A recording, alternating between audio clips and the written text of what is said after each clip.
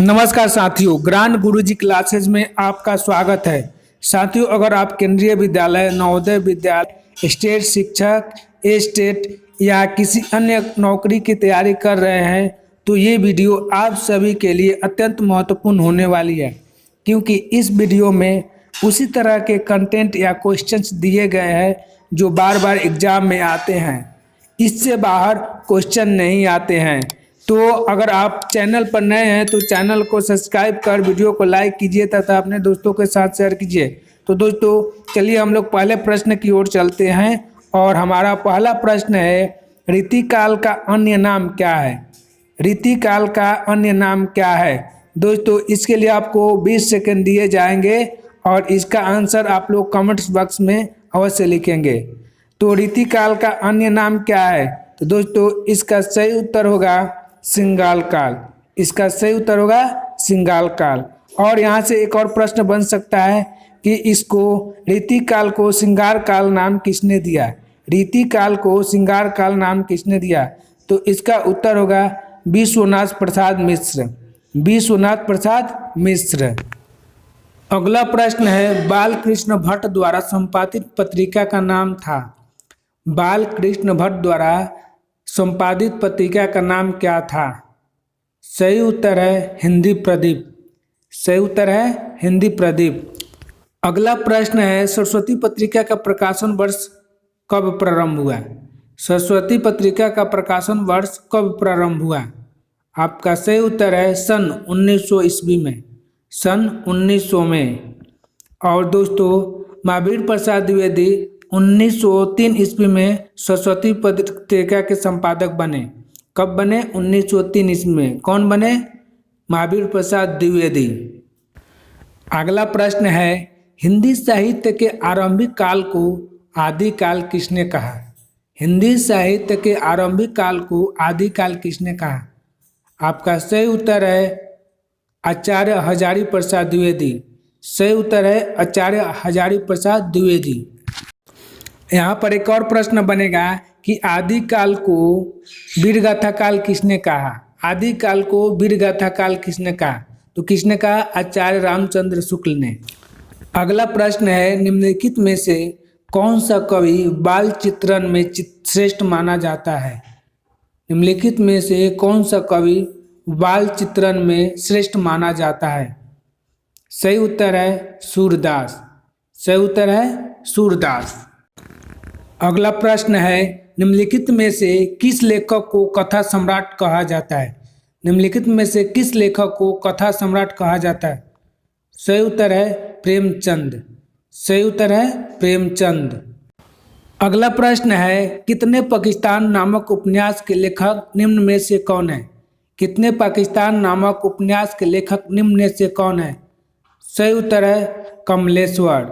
सही उत्तर है कमलेश्वर। अगला प्रश्न है, हिंदी साहित्य के आधुनिक काल को अन्य किस नाम से जाना जाता है? हिंदी साहित्य के आधुनिक काल को अन्य किस नाम से जाना जाता है? सही उत्तर है गद्यकाल। सही उत्तर है गद्यकाल। अगला प्रश्न है, हिंदी प्रदीप नामक पत्रिका का संपादक निम्न में से कौन था? हिंदी प्रदीप नामक पत्रिका का संपादक निम्न में से कौन था? सही उत्तर है बालकृष्ण भट्ट। सही उत्तर है बालकृष्ण भट्ट। दोस्तों, अगला प्रश्न है, कठिन काव्य का प्रेत निम्नलिखित में से किस कवि को कहा जाता है? कठिन काव्य का प्रेत निम्नलिखित में से किस कवि को कहा जाता है? सही उत्तर है केशवदास। सही उत्तर है केशवदास। दोस्तों, एक और प्रश्न बनेगा कि केशवदास को कठिन काव्य का प्रेत किसने कहा? केशवदास को कठिन काव्य का प्रेत किसने कहा? सही उत्तर होगा रामचंद्र शुक्ल। अगला प्रश्न है, निम्नलिखित में से किस रचनाकार को अपभ्रंश का वाल्मीकि कहा जाता है? निम्नलिखित में से किस रचनाकार को अपभ्रंश का वाल्मीकि कहा जाता है? सही उत्तर है स्वयंभू। सही उत्तर है स्वयंभू। अगला प्रश्न है, खड़ी बोली का प्रथम लोकप्रिय कवि किसे माना जाता है? खड़ी बोली का प्रथम लोकप्रिय कवि किसे माना जाता है? सही उत्तर है अयोध्या सिंह उपाध्याय हरिऔध। अयोध्या सिंह उपाध्याय हरिऔध। अगला प्रश्न है, मुंशी प्रेमचंद द्वारा रचित कलम का सिपाही निम्न में से किस विधा की रचना है? मुंशी प्रेमचंद द्वारा रचित कलम का सिपाही निम्न में से किस विधा की रचना है? सही उत्तर है जीवनी। दोस्तों यहाँ से एक और प्रश्न बनेगा कि कलम का सिपाही किसकी रचना है? कलम का सिपाही किसकी रचना है? तो इसका सही उत्तर है अमृत राय। एक और प्रश्न बनेगा कि अमृतलाल कौन है? तो दोस्तों अमृतलाल मुंशी प्रेमचंद का लड़का है। मुंशी प्रेमचंद का लड़का है। अगला प्रश्न है, ज्ञानपीठ पुरस्कार पाने वाले हिंदी के प्रथम साहित्यकार निम्नलिखित में से कौन थे? ज्ञानपीठ पुरस्कार पाने वाले हिंदी के प्रथम साहित्यकार निम्नलिखित में से कौन थे? सही उत्तर है सुमित्रा नंदन पंत। सही उत्तर है सुमित्रा नंदन पंत। साथियों यहाँ पर एक और प्रश्न बनेगा कि सुमित्रा नंदन पंत को किस साहित्य पर ज्ञानपीठ पुरस्कार प्राप्त हुआ था? किस साहित्य पर ज्ञानपीठ पुरस्कार प्राप्त हुआ था? तो दोस्तों इसका भी सही उत्तर होगा चिदम्बरा। चिदम्बरा पर इन्हें ज्ञानपीठ पुरस्कार प्राप्त हुआ था। एक और प्रश्न बनेगा कि सुमित्रा नंदन पंत को ज्ञानपीठ पुरस्कार कब प्राप्त हुआ था? सुमित्रा नंदन पंत को ज्ञानपीठ पुरस्कार कब प्राप्त हुआ था? दोस्तों इसका सही उत्तर है 1968। अगला प्रश्न है, संसद से सड़क तक नामक काव्य के रचनाकार निम्न में से कौन है? संसद से सड़क तक नामक काव्य के रचनाकार निम्न में से कौन है? सही उत्तर है सुदामा पांडे धूमिल। सही उत्तर है सुदामा पांडे धूमिल। दोस्तों अधिक से अधिक इस वीडियो को अपने भाई बंधु तथा दोस्तों के साथ शेयर करें ताकि वो भी अपनी परीक्षा की अच्छी तरह से तैयारी कर सके। अगला प्रश्न है, चांद का मुंह टेढ़ा है नामक काव्य के रचयिता निम्न में से कौन है? चांद का मुंह टेढ़ा है नामक काव्य के रचयिता निम्न में से कौन है? आपका सही उत्तर है गजानन माधव मुक्तिबोध। गजानन माधव मुक्तिबोध। अगला प्रश्न है, राग दरबारी नामक उपन्यास के रचयिता निम्न में से कौन है? राग दरबारी नामक उपन्यास के रचयिता निम्न में से कौन है? सही उत्तर है श्रीलाल शुक्ल। सही उत्तर है श्रीलाल शुक्ल।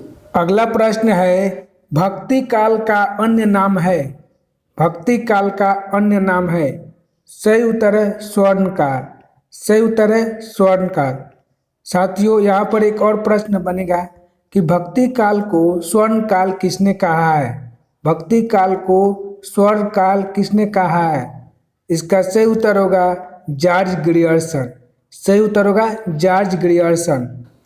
अगला प्रश्न है, रीतिकाल का अन्य नाम है? रीतिकाल का अन्य नाम क्या है? सही उत्तर है कलाकाल। सही उत्तर है कलाकाल। अगला प्रश्न है, समाचार सुधावर्षण किस प्रकार का पत्र था? समाचार सुधावर्षण किस प्रकार का पत्र था? सही उत्तर है दैनिक। सही उत्तर है दैनिक। साथियों अगर वीडियो अच्छी लगी तो वीडियो को लाइक कीजिए, अपने दोस्तों के साथ शेयर कीजिए तथा चैनल को सब्सक्राइब करना ना भूलें। तब तक के लिए जय हिंद जय भारत।